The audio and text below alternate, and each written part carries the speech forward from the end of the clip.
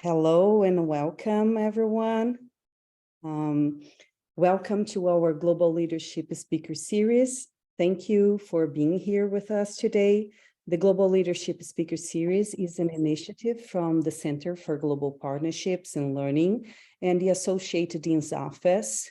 This event will focus on a myriad of topics that impact leadership in the global space, from April to June. So we are in the middle of our sessions right now. Before we start it, I'd like to share some information about our center. The Center for Global Partnerships and Learning provides GSCP students with various services ranging from publication support, certificate programs, access to GSCP's academic journal, the Scholarship Without Borders, and a few other services such as cultural celebrations, such as Women Month, Black History Month, the celebration of global leadership, info sessions, and workshops. Now, let me introduce you to our keynote speaker, Maria Hallack.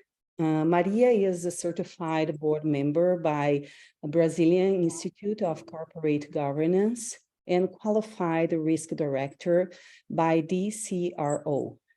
She's a member of the teams of independent board members representing the IFC, World Bank, Petros, and Previ. Currently, she serves as board chairwoman at Ballarat Building Materials and board member at Embrast Packing Industry and Commerce. She has also served as board member, Human Resource and Ethics Committee member at Marco Polo, board director, Audit and Risk Committee and Finance Committee at VIX Logistica, board director and strategy committee member at Paranapanema SA, fiscal council alternate member at CSN, and as advisor to Hallack Teramix board in the US for innovative products launch. Maria also works as a consultant in enterprise strategy, corporate governance, and management, providing services to several companies in Brazil and abroad. Her work includes the definition of business model, merge and acquisition processes, and strategic evaluation using innovative approaches such as design thinking and object key results. She was C-level executive for over 25 years, being international business vice president and CEO for over 10 years in highly complex markets, such as Argentina, Uruguay, Chile, United States, Brazil, Colombia, Ecuador, Paraguay, and Bolivia. Maria has a master in production engineering at Rio de Janeiro University and attended the Executive Scholar Program at Kellogg School of Management with emphasis in corporate governance, merge and acquisition, and corporate strategy. She has a post-graduation in management development from Austral University in Argentina. She also attended enterprising programs at INSEAD, opportunities and challenges in China at Soderi School and INSEAD, and diversity in board programs at IFC, WCD, the IBGC, B3, and Spencer Stewart's. So welcome, Maria, and please, everyone, help me to welcome Maria Hallack. Can I start? Yes, I will share your slide. You can start. Okay.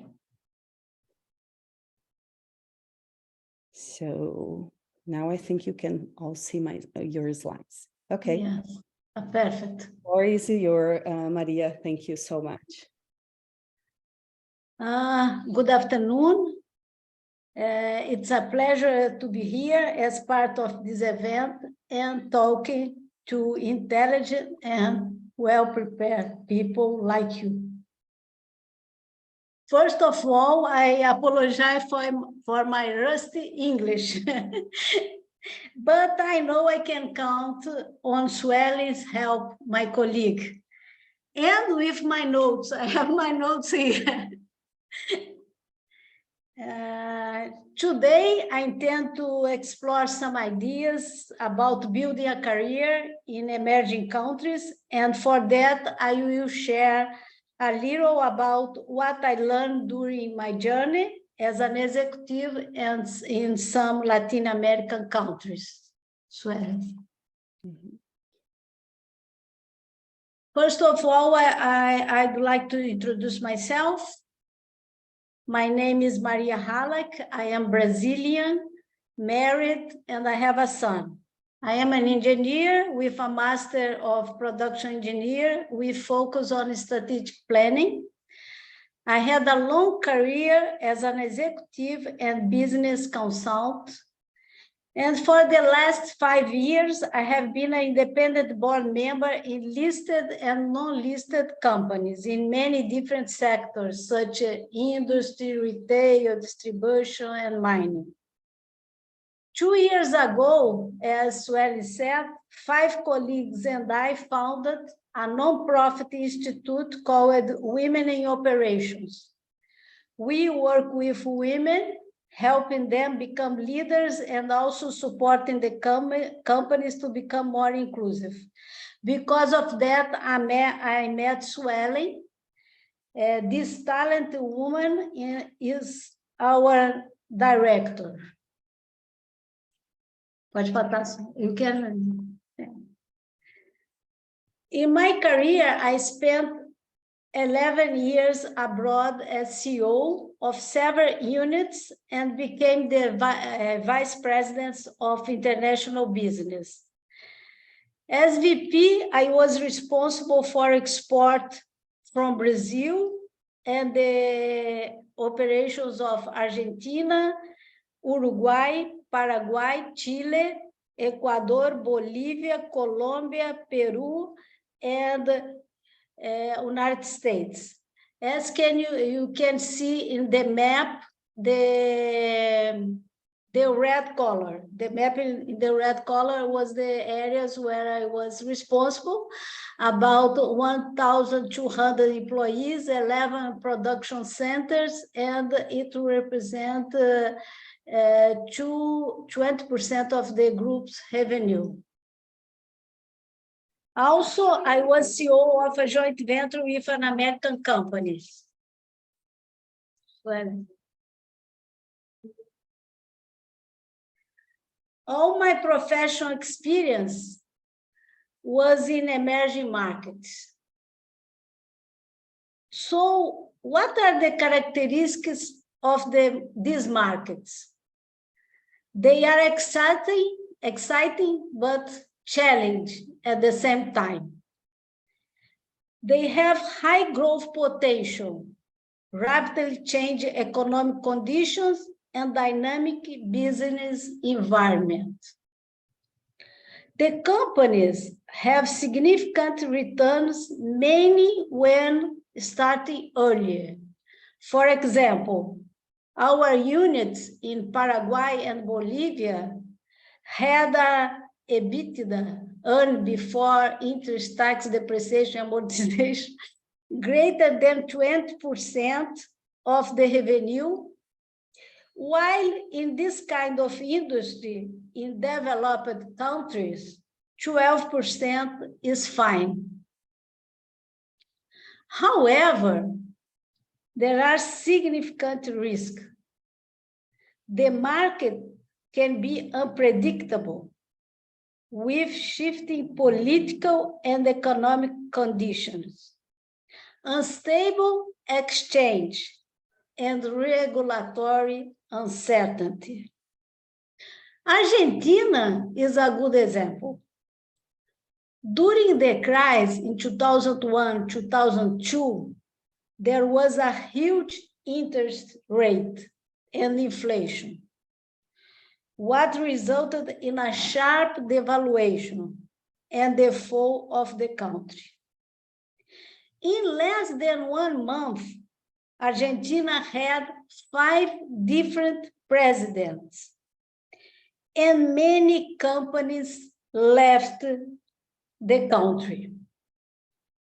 So, in emerging markets, one must be prepared to adapt quickly to change and navigate complex environments.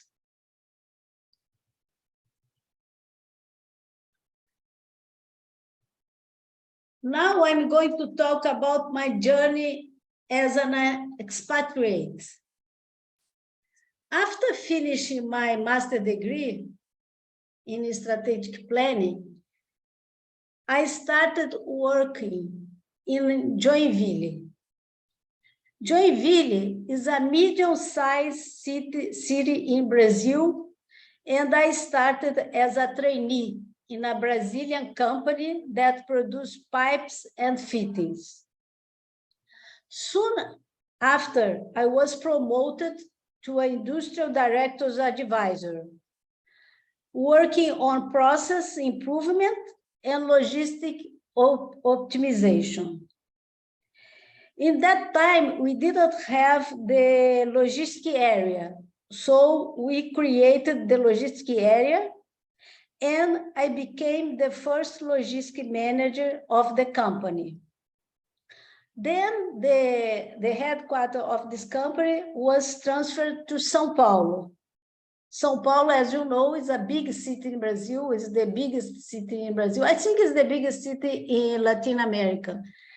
I think it's the same size of Mexico City, or they compete between which one is the biggest one.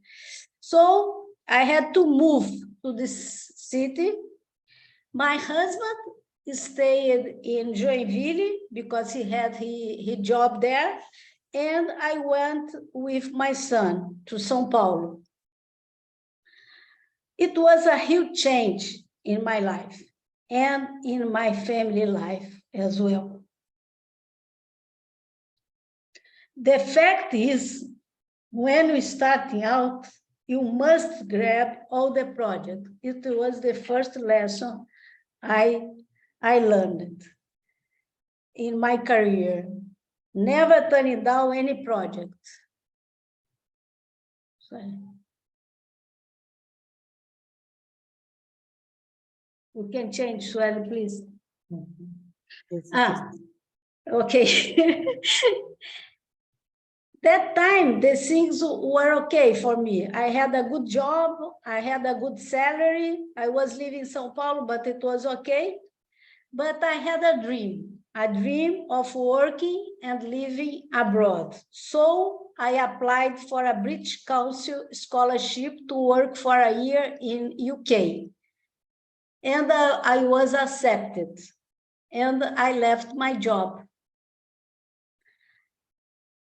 I left my job because I saw it as an opportunity to reach a new level. But I knew there was a risk of losing what I had already been achieved. But I did, anyway, I did.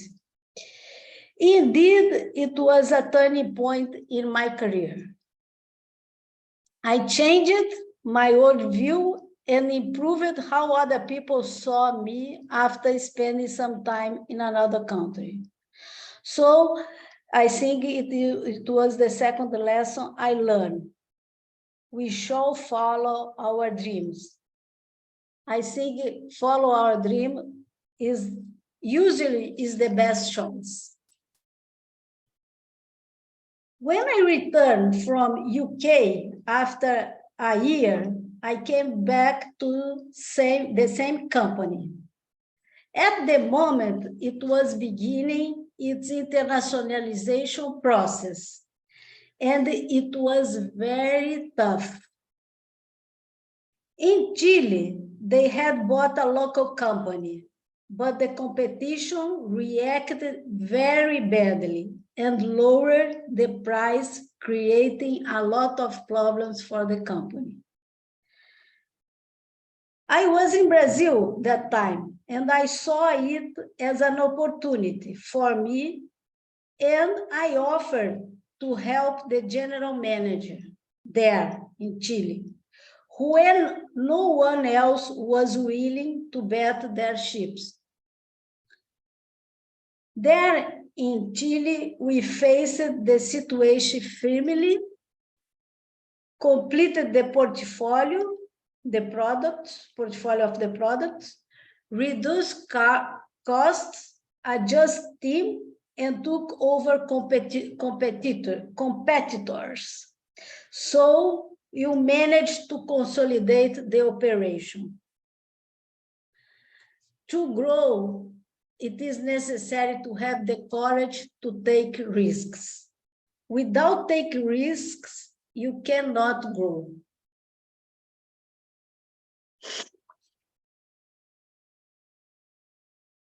As I said before, the internationalization process was not easy. The company also had difficulties in Argentina. So I applied to take over the management of the operation in Argentina. There we had a very small market share. The products were not suitable for the market, and the brand was not well known.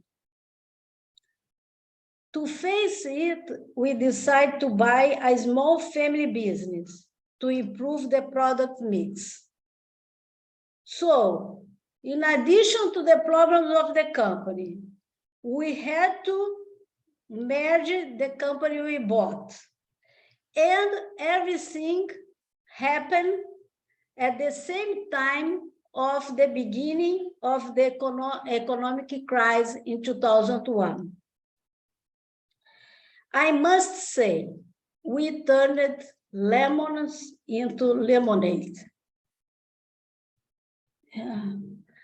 While other foreign companies were scared off by the Argentina crisis, we believed in the country and built a dream team to face the crisis.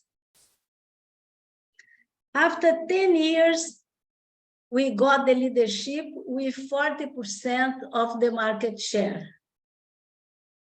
In this case, I think the most important lesson is that is essential to lead with the specificities of each country and market and build a team.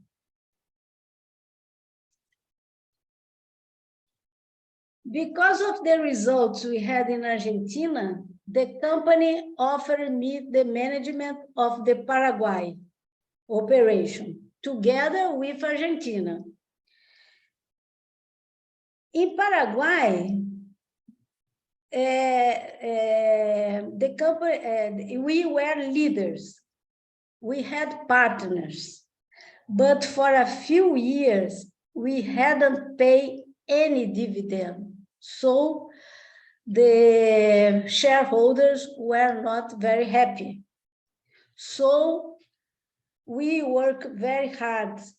We did a job of empowering the local team and reduce the number of Brazilians there. We improved the cash flow and introduced for the people a reward program. In few years, I think less than 1 year, the company Paraguay reached the highest EBITDA. EBITDA is that earned before interest, tax, the depreciation, amortization of the group. When you are the leader, we shall push the team out of their comfortable zone. The comfortable zone is very dangerous. You become lazy. what is not good.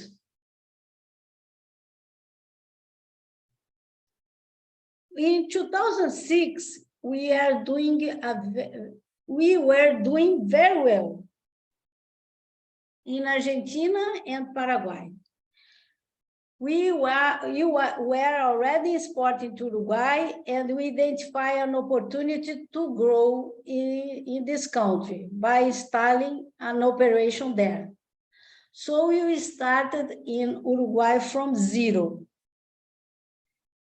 It was not only an opportunity for the market, but also for cost reduction and export to other countries. So we started with a small deposit, and in 2 years, we had a factory for pipes and plastic compound to export for other countries. I believe that an executive must keep an eye on market opportunities and go ahead. Again, you can't get too comfortable.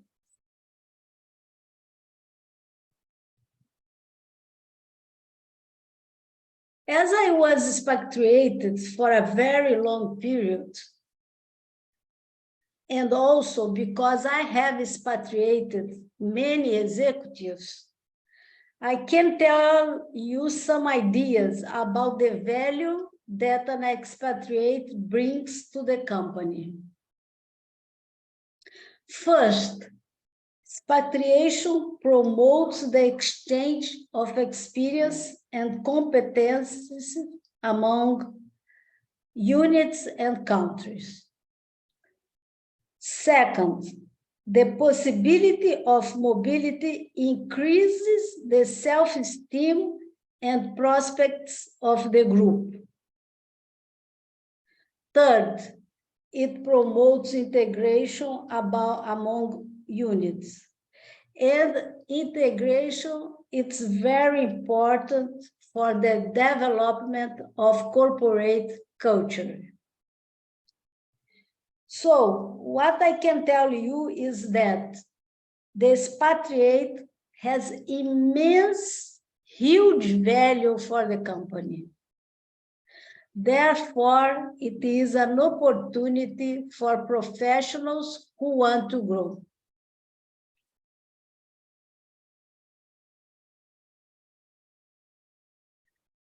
I have some tips for someone who wants to develop a career abroad. The first one is be adaptable to new experience and ways of doing things. Second, understand and accept the local culture. Value the good things and minimize the difference. Accept eventual personal, third, accept eventual personal life losses. You have to accept. You have never gained all the time. No? Sometimes you have some losses. Fourth, build a network and friendship relations with local people. It's very important to have relations with local people, not just with people you know, people from your country. Fifth, prepare and work hard to aggregate value to the project, because the other people need to see value in you. If you don't aggregate value, you probably are going to be rejected for the local people. And the last and maybe the most important tip, don't forget to negotiate with the company the conditions to be expatriated.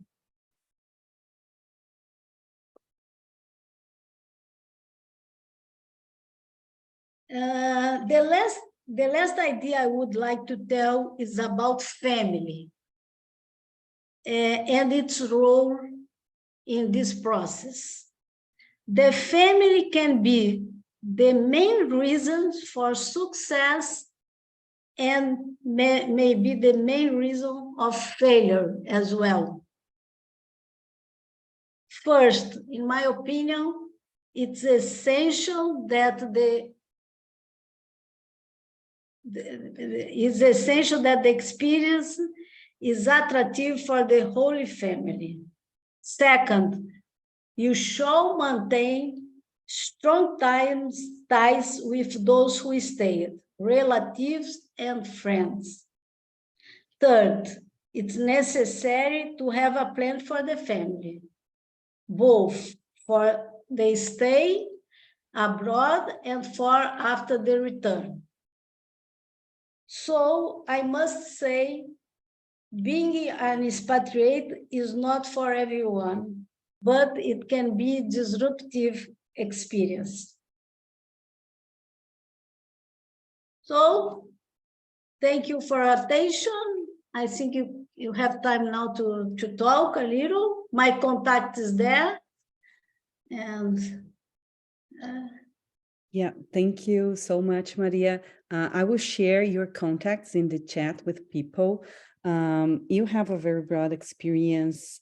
You always inspire me with your stories because you lived in so many countries and you were so open to other mindsets, which is very essential to global leaders. We have already some interesting questions in the chat.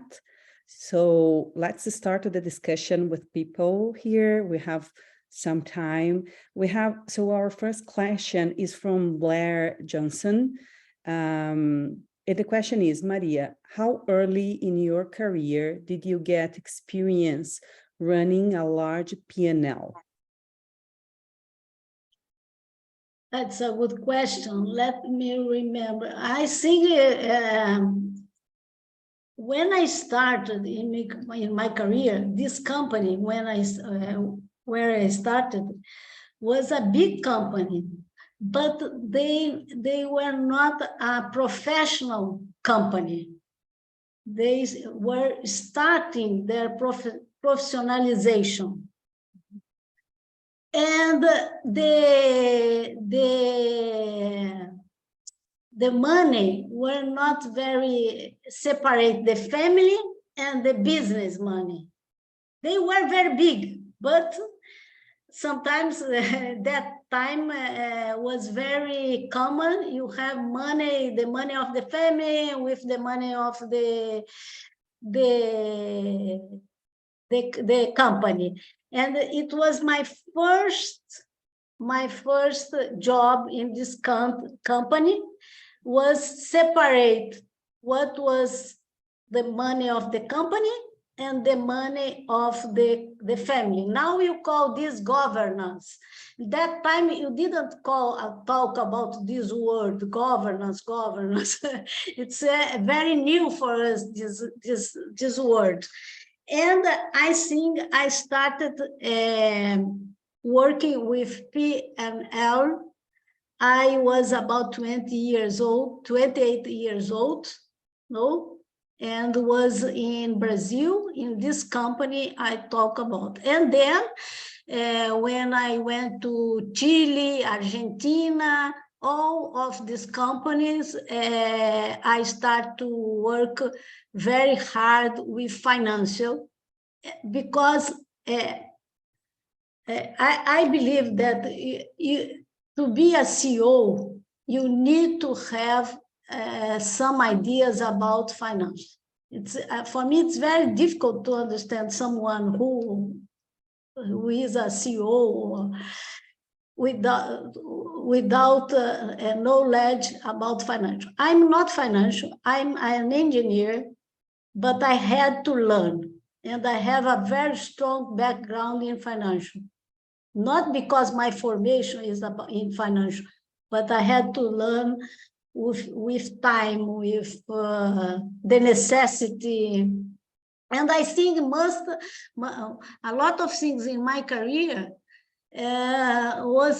came because I need. not because I plan, I am going to plan this, I'm going to plan the, no.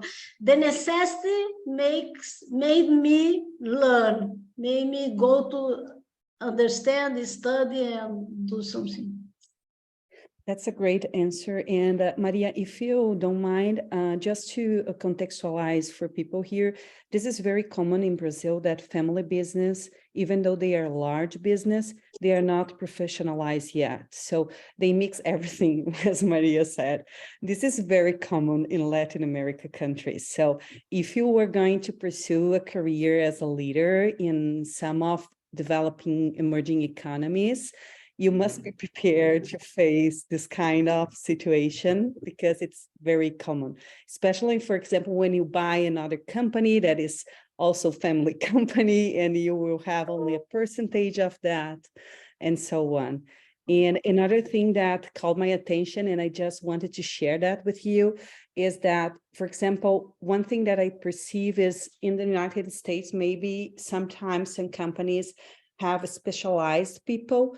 In Brazil and other Latin American countries, they expect you to know a little bit of everything. So you kind of must know finance or, logistics or the operation and so on when you get into one company, because this is kind of the way it is. It's kind of what we call in Brazil the jeitinho, what is a way to do things. We have to adapt and move so that we can get things done no matter what. So this also might be have some difference when we are in a developed country and when we are in an emerging country. Another question that we have also from Blair Johnson, he asks, beyond the high tolerance for risk, what other personal leadership characteristics differentiated you from your peers, Maria? That's a great yes, I think I have you observe very well. I think I have a high tolerance to risk, but always because let me explain. It happened 30 years ago. My son was 30 at 2-3 years.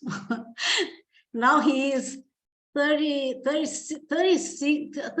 years. So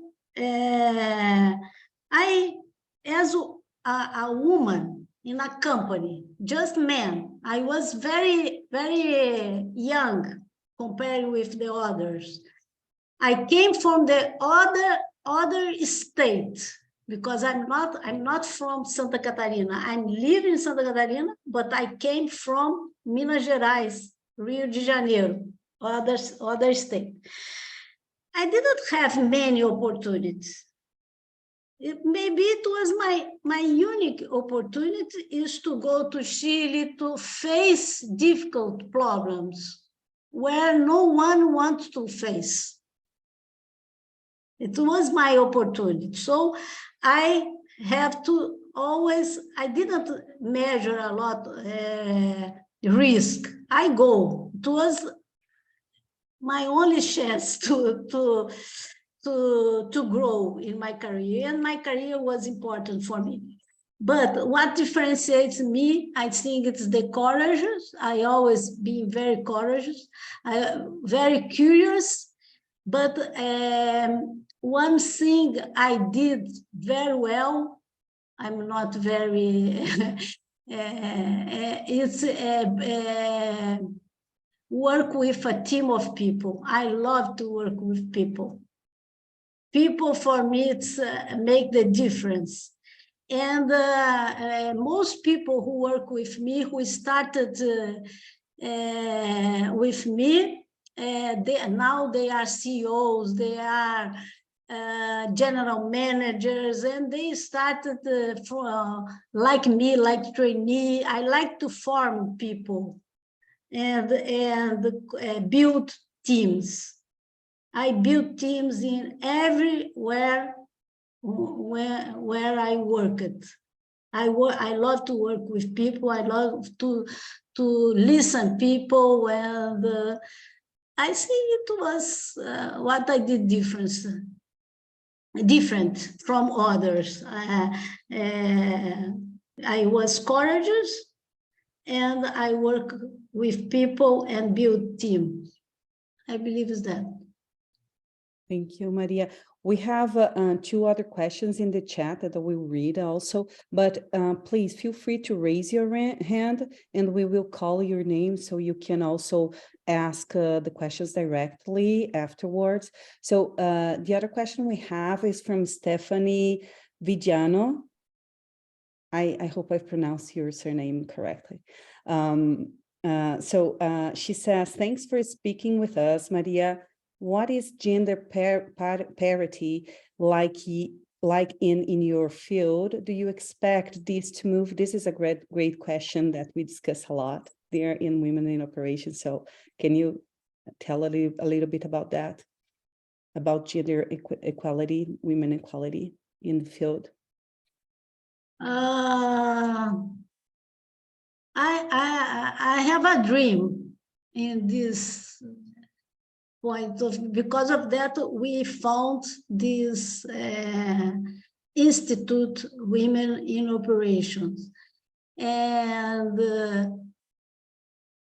I think today is not fair, no, what happened, because in operations we don't see a lot of women. You see more men everywhere, no?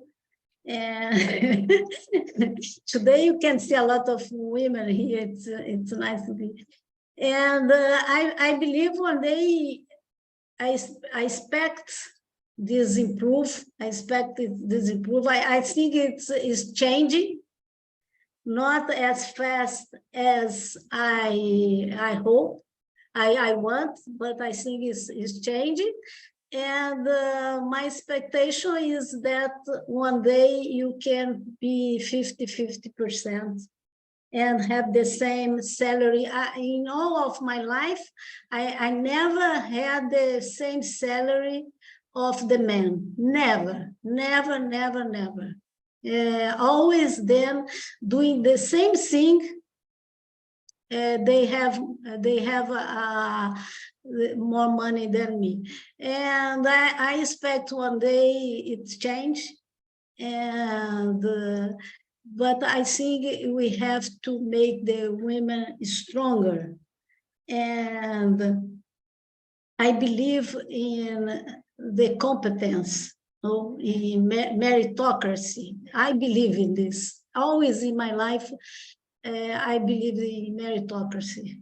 I think independent of the gender, you have to be fair with men or women, but who be prepared to work and to do things and have a good attitude.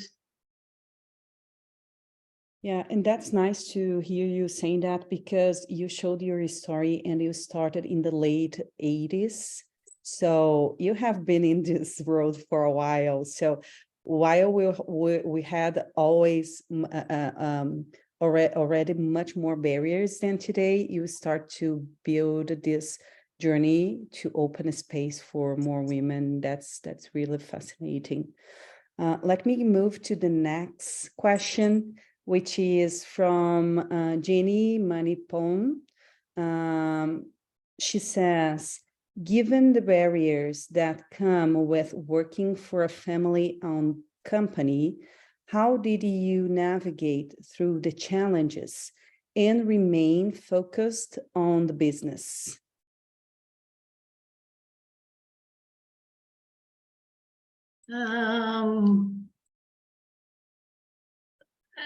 I think that moment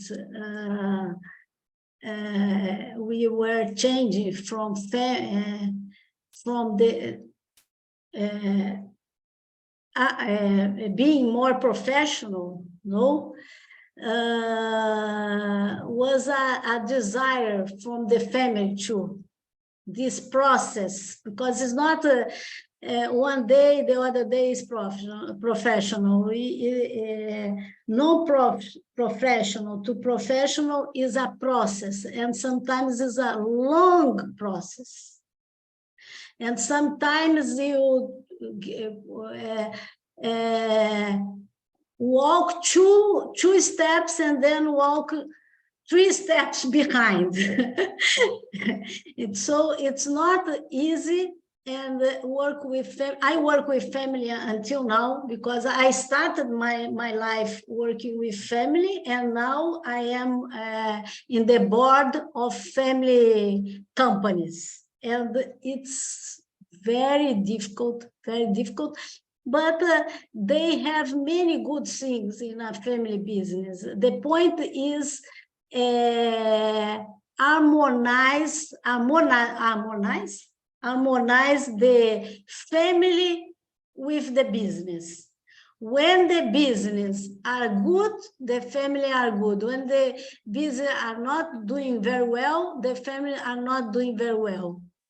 And you have to harmonize this, and it's not easy, because the family grow more rapidly, faster than the business, and they want money.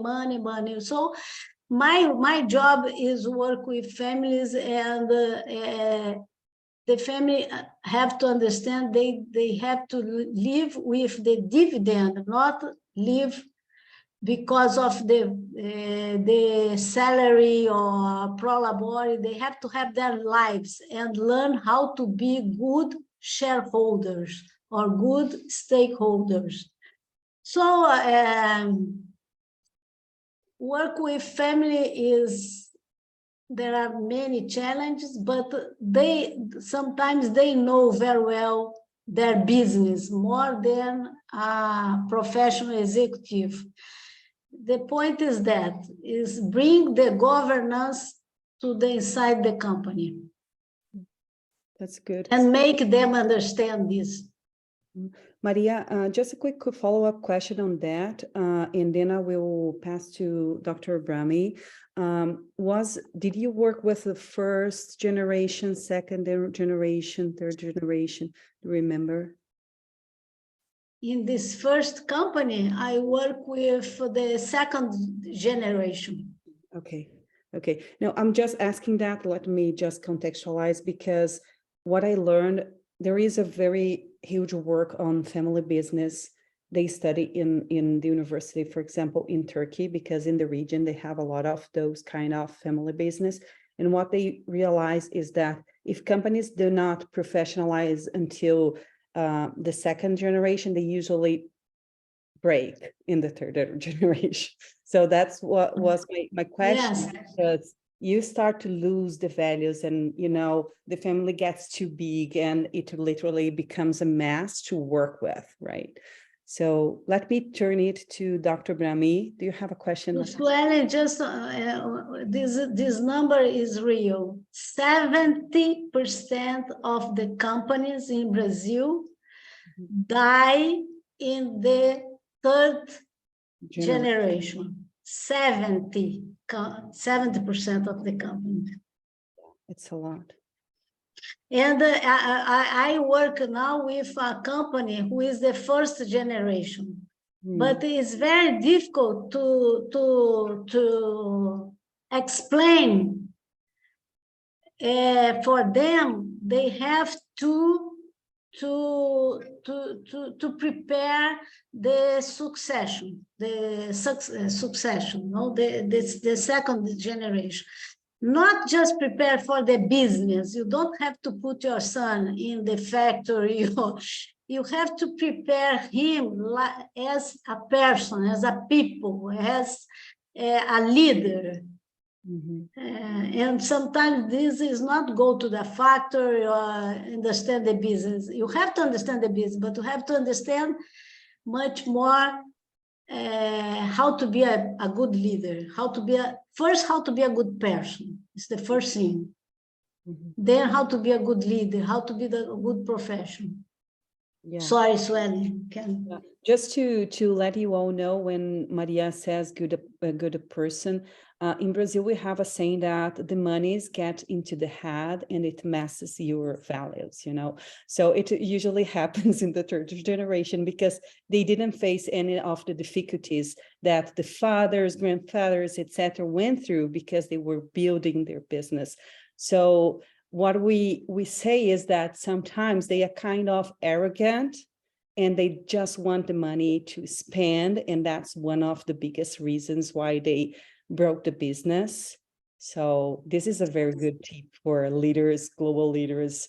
Pay attention to the company if it is in the third generation. And if it is this kind of similar situation, it's very dangerous for the business. Dr. Brahmi, please go ahead and ask your question. Wow, this is really, really fascinating. I'm really enjoying everything I'm learning. So I'd like to ask a different kind of family question. As a mother who has worked before my kids arrived, and with my son, I went back to work 7 weeks after he was born. And you talked about the fact that with one of your moves, you took your son with you and your husband stayed in the city where he was employed. So how did that work kind of with some of your other moves? And was it challenging to split up the family? I mean, of course, there were challenges with that, I presume, but so did your son always come with you when you moved to different cities, or how did you work that out? Was very difficult and very strange. Yeah. for that time was very strange for everybody. Everybody asked me, and I felt I was strange. But when I went to São Paulo, my son goes with me. My husband stays in Joinville. Then I went to England.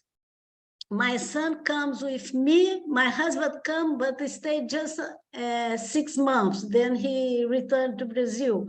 Then I went to Argentina, my son come, and my husband come after, but when my husband come, my son went to America because he hated Argentina. It was very difficult. I had many different problems. Because Argentina had a fight with Brazil because of the football. And he was a teenager and he didn't adapt to Argentina. So he wanted to leave Argentina, and then he left and he went to United States, to Ohio, to spend 1 year. And when he went to America, my husband went to Argentina. But then he decided to do the university in Brazil. So he came back to Brazil with my husband, and I stayed in Argentina. It was difficult. Was very difficult. For my husband, I think it was worse than for me because I worked 12, 15 hours a day. I did not feel. But I didn't, I suffered, but was okay because I had a lot of fun in my job and everything. But I can say that my son is normal, is very good boy. He lives in England. Oh, wonderful. That's a great Yes, place to have a son. he went to, because when we went to England, he loved it there. He loved it. He was 11 years old, but he loved it. And he went to do his doctorate there, PhD in Oxford. And Oh, fantastic. yes, and now he is there. He has 2 startups in technology. He's an engineer, and both companies are for people who has suffer with Parkinson. He developed products and solutions for people who has Parkinson. He works with artificial intelligence. He's a very clever boy, and he speaks English very well. I have never had the capacity to learn English. Wait, we're speaking English. I think you're wrong about that. I lived in Chicago 2 years, and I studied a lot of English. All the school, colleges, but I think it's impossible to learn. Well, thank you for sharing that. You know, one thing that interests me a great deal is, you know, different kinds of family structures. And I especially love seeing how, no matter how you arrange your families, where you are, where you're working and so forth, you can still have a successful, loving, united family. It's just a very independent thing how you make it work. And of course, there are challenges with every single family. But I love hearing that, how you made those decisions as a family. And yeah, obviously are still very connected and enjoying your lives. So I love that. Thank you for that story. I think I think this work for me because I have the support of my husband. Yeah. Mm-hmm. That's really wonderful. I think it's so important for kids to see that families can have many different shapes and arrangements, and it's, you know, it can all be good. So yeah, I love that. Thank you so much for that. And you still have your husband's support, because I heard him saying something. He's beside me. Oh, is he there? Yes. Oh, can we see him?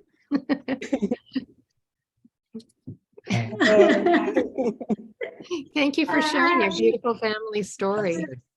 My husband, his English is much better than my English, and I said to him, "Stay beside me. If I didn't understand you." Wonderful, thank you.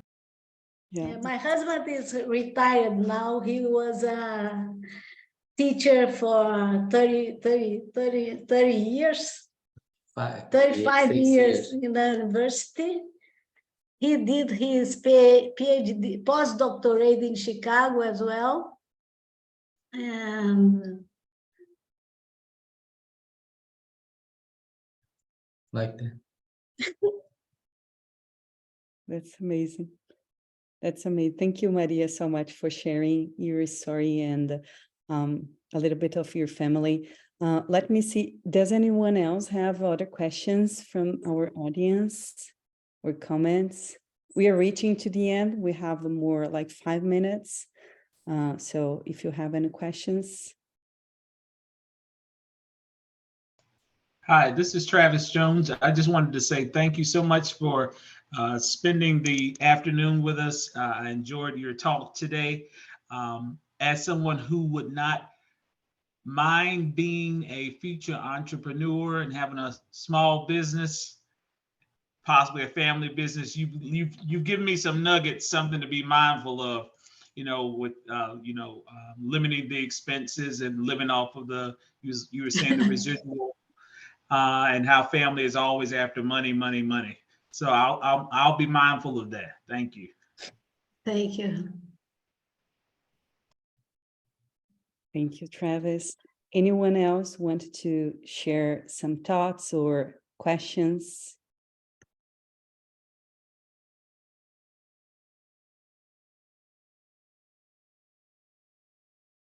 Okay, so Maria, I do have a question for you, because you showed so many challenges and you still, overcame all these challenges, and you didn't stop, right? I know your story, and you had this beautiful journey and also challenging journey. as an executive, then as a board members, and used to do voluntary work to help other people to, you know, strive in their careers as well. So what my question is, where all this power, all this energy comes from?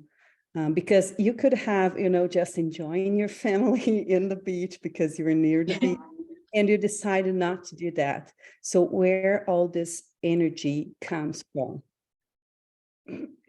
I don't know.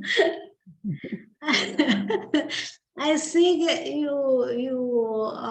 I think the energy comes because we always want to overcome, no, to be better person, to be to do things, no. If you have, if you wake up every day, you have to have a purpose, a goal, no, objective, no.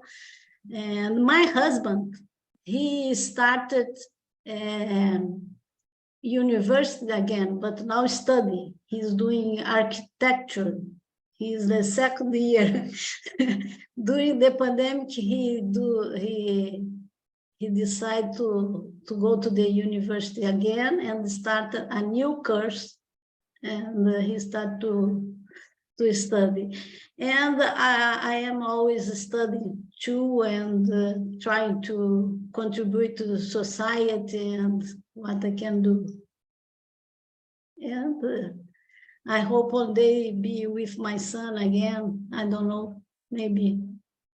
He is struggling a lot there in England. But I think it's come for this. You have to wake every day and do something. That's a good advice to finish with.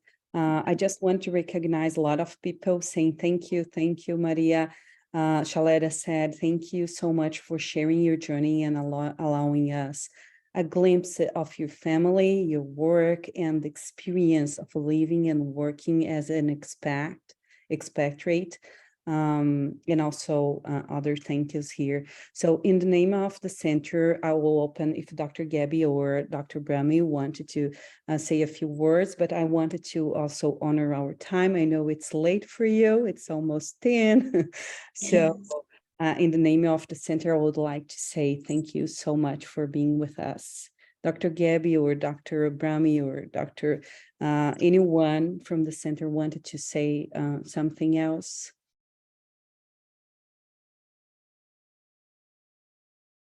I don't see anyone else unclicking. I was like, I'm going to wait and see if anyone volunteers. Maria, thank you so much for your contribution tonight. It's always fascinating to hear perspectives from other places. You know, we have such a very US-centric approach to leadership. So when we get to hear it from other places, it's always really rewarding. And so I appreciate you being here today. I appreciate you sharing with us.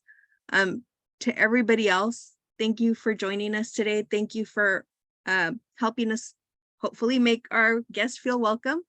As always, I invite you to continue to join us on our journey of exploration as we bring on more speakers and we engage in more conversation around leadership. At the center, we're always looking for ways of increasing our understanding, if you will. So thank you all for being here today. We are recording. We will put this up on our channels, but have a wonderful rest of your evening all. And thank you so much for the engaging conversation. Thank you. Thank you very much. Sueli, thank you for invitation, and I hope to see you soon. Sure. Thank you. Have a good night there. Take care. Thanks. Say thanks to your husband again. He's here. Say goodbye. Goodbye. Bye. Let me stop.